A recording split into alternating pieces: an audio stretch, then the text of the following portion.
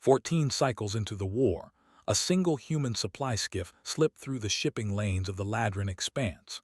If you could trace its path across the old star charts, you would see it weaving between the mining worlds and refueling stations like a thread pulled loose from a tapestry, out past the slag rings of Telon, down through the dark water of the thrashing belt, skimming the edge of fortress worlds where the hegemony of Tessar's reach was supposed to be absolute. Aboard that skiff were 9 humans and a hold full of nothing valuable. No weapons worth the name. No soldiers in armor. A cargo of water filters, seed stock, and a few hundred meters of cabling. By every measure my people understood at the time, it was the least important vessel in a war involving 40,000 warships. I have spent 200 years correcting that error. My name does not matter, but my profession does. I am Sortai. We are the ones the empires hire to remember their wars for them, to carve the official history into stone so that the victors can be sure their version is the one that survives. I wrote the sanctioned account of the Ladrin campaign. I carved the glorious battles. I recorded Grand Marshal Vorhal's undefeated record with my own hands. And I left out everything that actually happened. What I'm about to tell you is the part that was buried. Not because it was secret, secrets are easy, but because it was humiliating. Because acknowledging how the hegemony of Tessar truly lost the Ladrin expanse would have meant admitting that everything 4 centuries of warriors believed about war was a comfortable lie. The official histories say there was a long and honorable campaign. There was no campaign. There was a man who simply refused to fight, and an empire that starved to death waiting for him to be reasonable. This is the story they would not let me carve, so I am telling it now, while there is still anyone left to hear it. To understand why it matters, you have to see the map the way we saw it then. Picture the Ladrin expanse as the hegemony pictured it, a wheel of 40 inhabited worlds spinning around a single choke point, and at the hub, the fortress world of Osveduin. Through Osveduin ran the water. That is the part the dramatic accounts always forget. Not gold, not crystal, not glory. Water. The expanse was a dry frontier, and whoever held the great condensing arrays of Osveduin held the throats of every colony for 30 light years in every direction. The hegemony understood this perfectly. That is why they wanted it. For 400 years, the hegemony of Tessar had been the greatest military power the local arm of the galaxy had ever produced, and they had done it through a single, sacred idea. That war was a ritual. A proper war in their tradition was a thing of formal challenges and scheduled engagements, of fleets meeting fleets in open space at an agreed hour, of honor declared and honor answered. They did not raid. They did not ambush. They did not starve their enemies in the dark. To do those things was to be vermin. The hegemony did not fight vermin. It exterminated them and felt clean about it. And at the center of that tradition stood one figure, undefeated in 400 years of his species' long life, Grand Marshal Vorhal. Here is the blind spot, the thing that every chronicle, including my own, was built to hide. The histories record 41 battles Vorhal won in the Ladrin campaign, 41 flawless victories. What they do not record is that he lost the war during all 41 of them, and never noticed, because the man defeating him was never on the field. You cannot understand the end without understanding the 2 men, because the whole thing was really an argument between them about the meaning of a single word. Grand Marshal Vorhal was born into the ritual. His bloodline had supplied war marshals to the hegemony for 9 generations, and from his earliest cycles, he was raised to believe that honor was not a decoration on war but the engine of it, that a battle fought without formal challenge was not a battle at all, but murder. He believed this the way you believe in gravity. In 4 centuries, he had never met a thing he could not eventually drag onto an open field and break. He was not cruel. That is the part people get wrong. He genuinely believed his rules made war better, cleaner, fairer, more merciful than the alternative. He had simply never met the alternative. Then there was the human. His name was Idris Kamara, and the only reason he was in the Ladrin expanse at all was that his own people had thrown him away. Kamara had been a knight commander in the human defense forces, a real rank, with real honors, until a single decision ended his career. His superiors had ordered him to meet a superior enemy force in open engagement, a glorious doomed stand that would have looked magnificent in the records and killed every soldier under his command. Kamara refused. He withdrew his people through a debris field the enemy could not follow, abandoned 3 positions, and was branded a coward by a tribunal that valued the appearance of courage over the survival of its own troops. They did not execute him. They did something they considered worse. They sent him to the Ladrin backwater, to Osveduin, a dusty water-world nobody believed anyone would ever bother to attack, and they forgot him.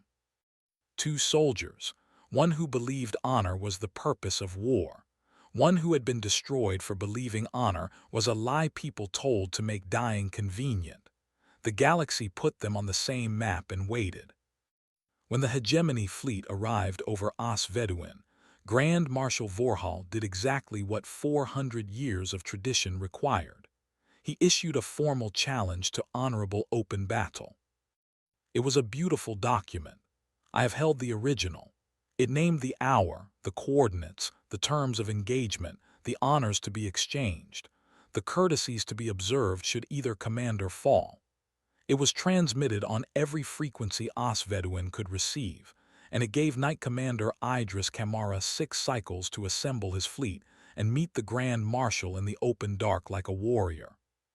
Kamara did not have a fleet. He had 11 aging patrol craft, 4 of which could not fire, and a garrison of frightened colonists who had never seen a war. So he did not meet the challenge. Instead, in those 6 cycles, he did 3 quiet things. He collapsed the 2 orbital transfer bridges that connected Osveduin's surface to its docking rings, so that the great condensing arrays could not be seized intact.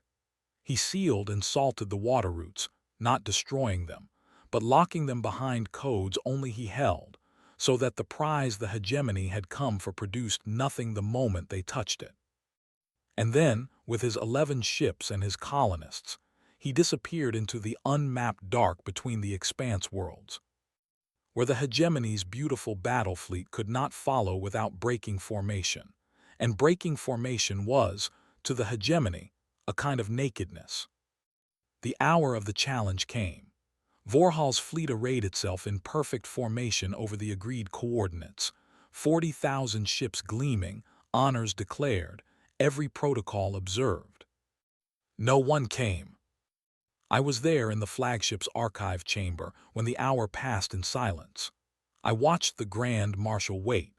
He waited a full additional cycle past the appointed time, because it was inconceivable to him that an opponent would simply not appear. And then his fleet took the empty fortress world and found that it had captured a planet that produced no water, fed no one, and could not be made to do either. The famous detail, the thing the histories were built to hide, is this. In the entire Ladrin campaign, across 14 cycles and 41 recorded victories, there was never once a battle. Not one. Vorhal won 41 engagements against an enemy who was never there. What came next is the part that still makes my chamber go cold to record. The hegemony held Osveduin.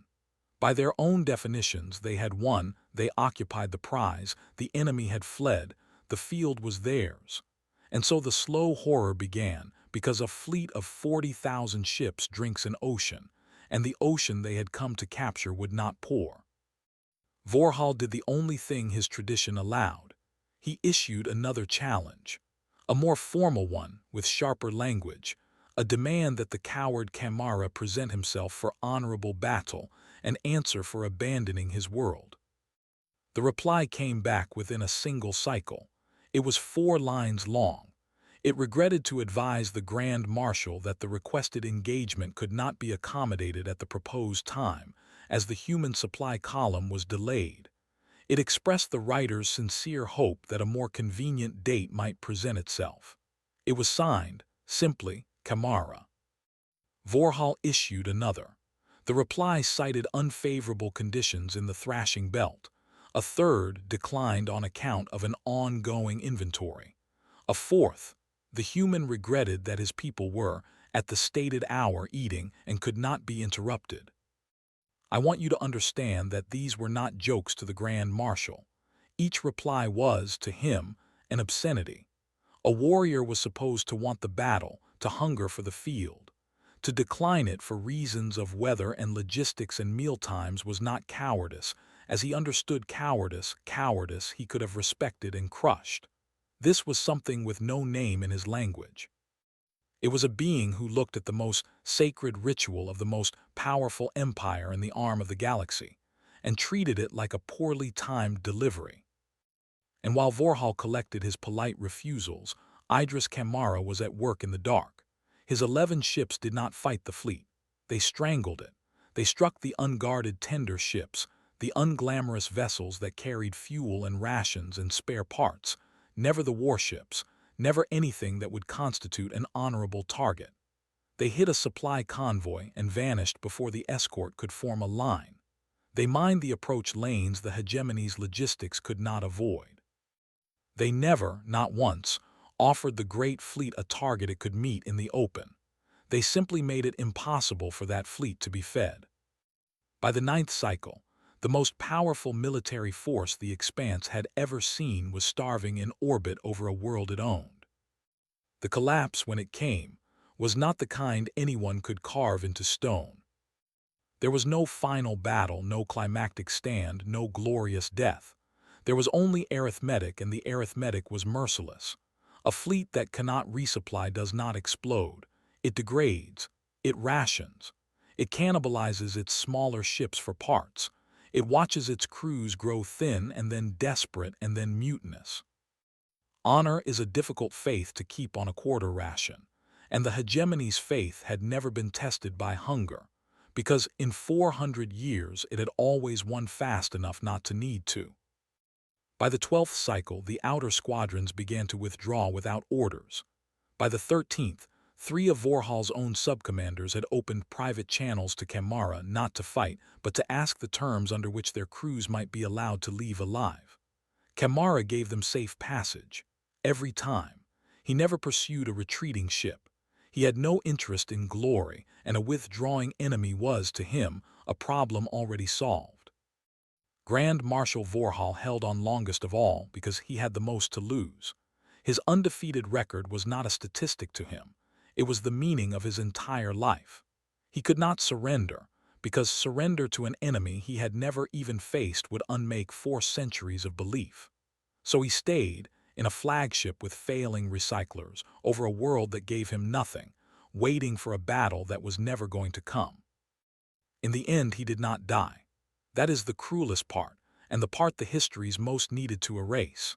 He was relieved. His own government, watching the Ladrin Expanse hemorrhage ships and credibility, quietly removed him from command and recalled what remained of the fleet. He went home to a world that did not know whether to call him a hero or a fool, and the histories, my histories, solved that problem by simply not mentioning the ending at all. The official account stops at the 41st victory. It does not say what the victories were for. It does not say that they were won over an empty field. It just stops and lets the reader assume. And Idris Kamara, the human who broke the hegemony of Tessar without fighting a single battle, the sanctioned record does not contain his name at all. I left it out myself. I was told to. I was told that to write down how he won would be to teach every minor power in the arm of the galaxy that the hegemony's war could be beaten by anyone willing to be patient and rude. So we erased him. We made the war a thing that simply happened, whether that passed, and we carved Vorhal's 41 flawless victories into stone and let them stand for a story they had nothing to do with. He vanished from the record because the truth of him was more dangerous than any fleet. I have spent the centuries since learning that he was not unique. That is the thing that haunts me most. When I began, quietly, to look for the others, the campaigns that ended too cleanly, the enemies who were branded vermin a little too quickly, I found them everywhere. There was a species in the Calder reaches who fought the hegemony from inside their own asteroid fields and were exterminated as cowards in the records, their tactics unrecorded so that no one would imagine copying them.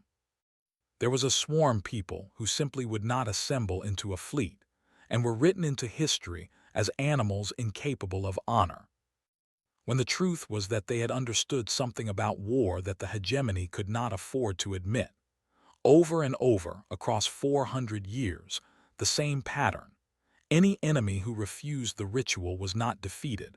They were renamed, turned into something subhuman in the chronicles so that the loss could be filed as an extermination rather than a defeat.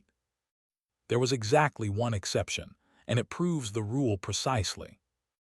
Far to the spinward edge of the expanse there was a trade confederation that had also refused open battle, also strangled supply lines, also won.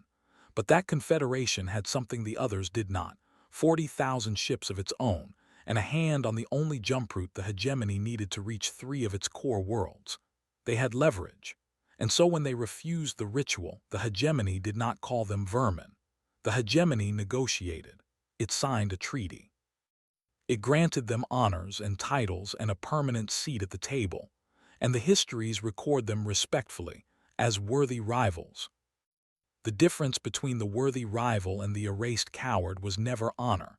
It was never courage, or cruelty, or the rightness of the cause. It was leverage.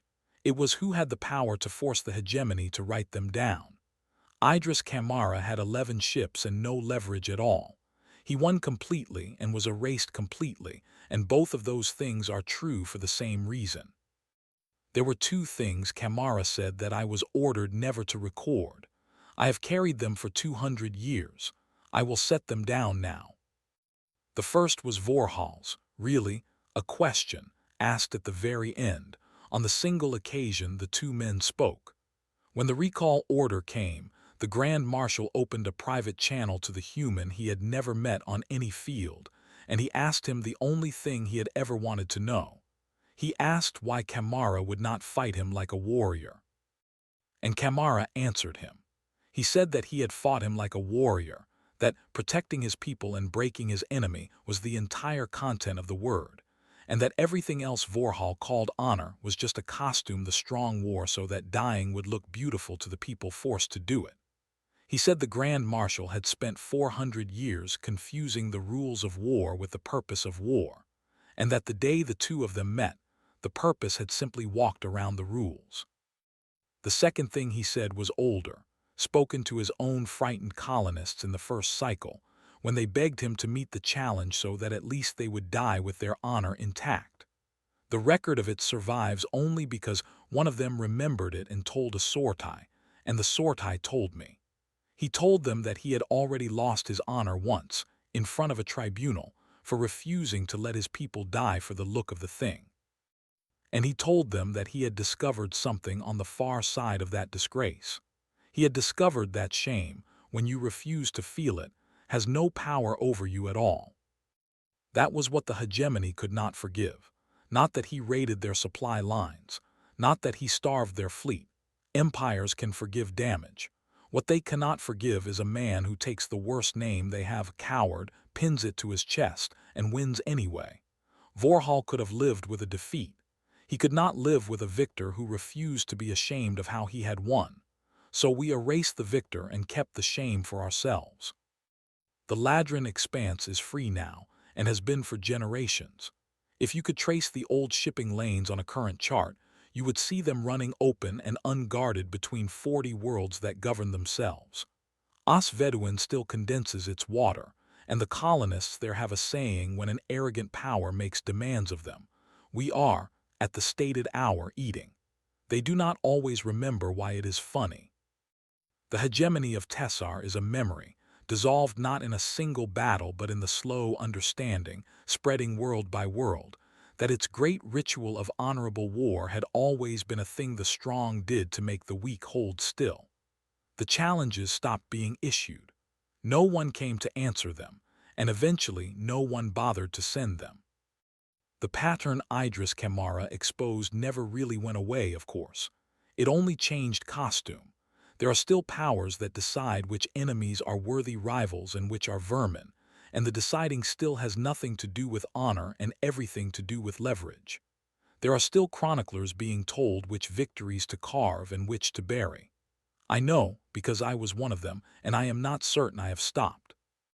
When the histories tell you about a war, they will give you the battles, the formations and the flagships and the flawless victories. They are easy to carve and pleasant to read, and they are almost never the thing that actually happened. The thing that actually happened is usually quieter and harder, and it usually has no name carved anywhere.